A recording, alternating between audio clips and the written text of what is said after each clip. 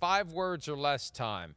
The Seahawks beat the Commanders 38-14. I'll give you the floor. They are Super Bowl contenders. Well done. Right. I wasn't sure. There's a lot of syllables there, so that was confusing. That's true. We've had an issue. 5 words versus 5 syllables. Somebody thinks the word words means syllables, so you're good.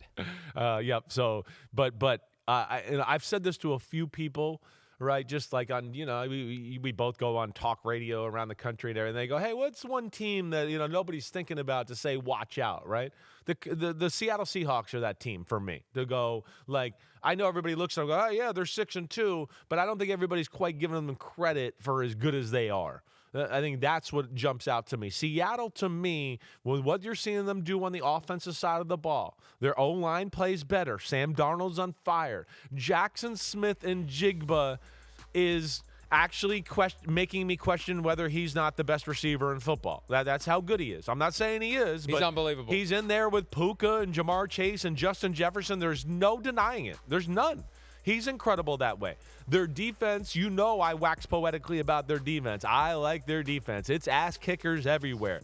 They got a big physical front seven. When their secondary's healthy, which you got closer to last night, it's a special secondary. They're coach special on the defensive side of the ball between Mike McDonald. That was a butt-whooping last night.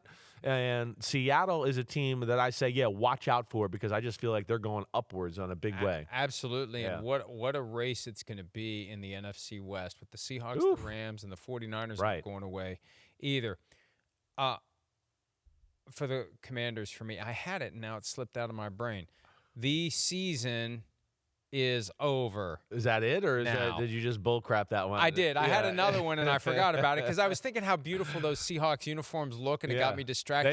They were great. Why is it that so many teams have throwbacks that are better than their regular uniforms, and they don't just make them their regular uniform? Well, I had this conversation a lot yesterday. First off, Washington should wear those uniforms all the time. It's the best they've looked in forever. I think they will. Okay, and again, but I think like. It's what it's rooted in. Seattle, those uniforms are rooted in losing, right? That's the big thing. So that's why they changed it, right? Like the Orange Crush and those uniforms in Denver, they were great, but they were rooted in, we lost 4 Super Bowls in those uniforms, right? New England, Bill Parcells, I know that was one of his first things when he went there. He was like, hey, these red jerseys with Pat Patriot. Yeah. He's a loser. We got to get him off. We got to get Elvis the Patriot. We got to get Elvis the Patriot on there, right? And he changed it. So it changed that way. But yeah, then there's some teams like the Giants where I go, wait, we won 2 Super Bowls in those uniforms and we changed it and went to the other ones. I don't know why we did that. And then they won 2 But they won 2 again as well, right? And then they wore those abominations last year for their 100th season. Yes, right. But anyway, either way, we like the unis. I feel bad for the Commanders. Look, you're going to lose games, and I think Mike Tirico was saying this last night. If this was a game that had been tucked into the cluster of 1 o'clock Eastern games on a Sunday, you just say, you can't win them all. Yeah. But when you see it on a national stage, it's jarring, like the Vikings' 37-10 loss, and it makes people think that there's something seriously wrong. And we're in the car getting ready to come back from the studio last night, and Matthew Berry said, should they trade Deebo Samuel?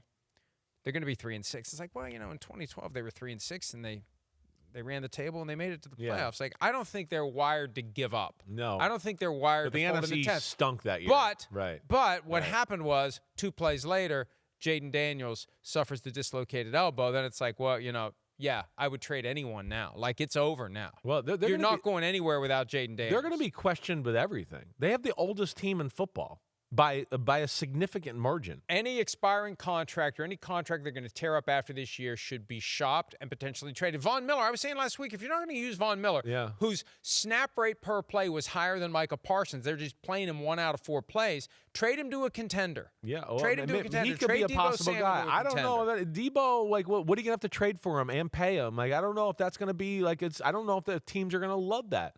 Right, and he's make him available though. Anyone's available. Maybe they will. Maybe they will. But yeah, they got issues, and again, their team. I'm not shocked to see them not capitalizing here. You know, I was one all year long that never thought they were going to be quite as good as they were last year. They had a horseshoe up their ass and a rabbit up their ass last year. Everything fell right perfectly for them. Plus, they had, the new coach energy bump, what you're seeing. But the defense stinks. It stinks. And they don't do very much on that side of the ball. Nor do they have that many great players. They, and they took some chances on some older guys. Marshawn Lattimore, Von Miller, Javon Kinlaw, cast-offs of other teams. Not working. Offensive side of the ball, right? Yeah, we got Terry McLaurin. We run the ball good. We got Jayden Daniels, but it's not necessarily scary that way either. And they give Deebo Samuel more money, and we've discussed a lot over the last years. Deebo Samuel, he has a hard time getting open against man-to-man coverage. He's a good gadget guy, but he's not your it's 3rd and 10. Deebo Samuel's definitely going to get open against one of the best corners in football. So, yeah, they got questions on their team, and poor Jayden Daniels, that wasn't good.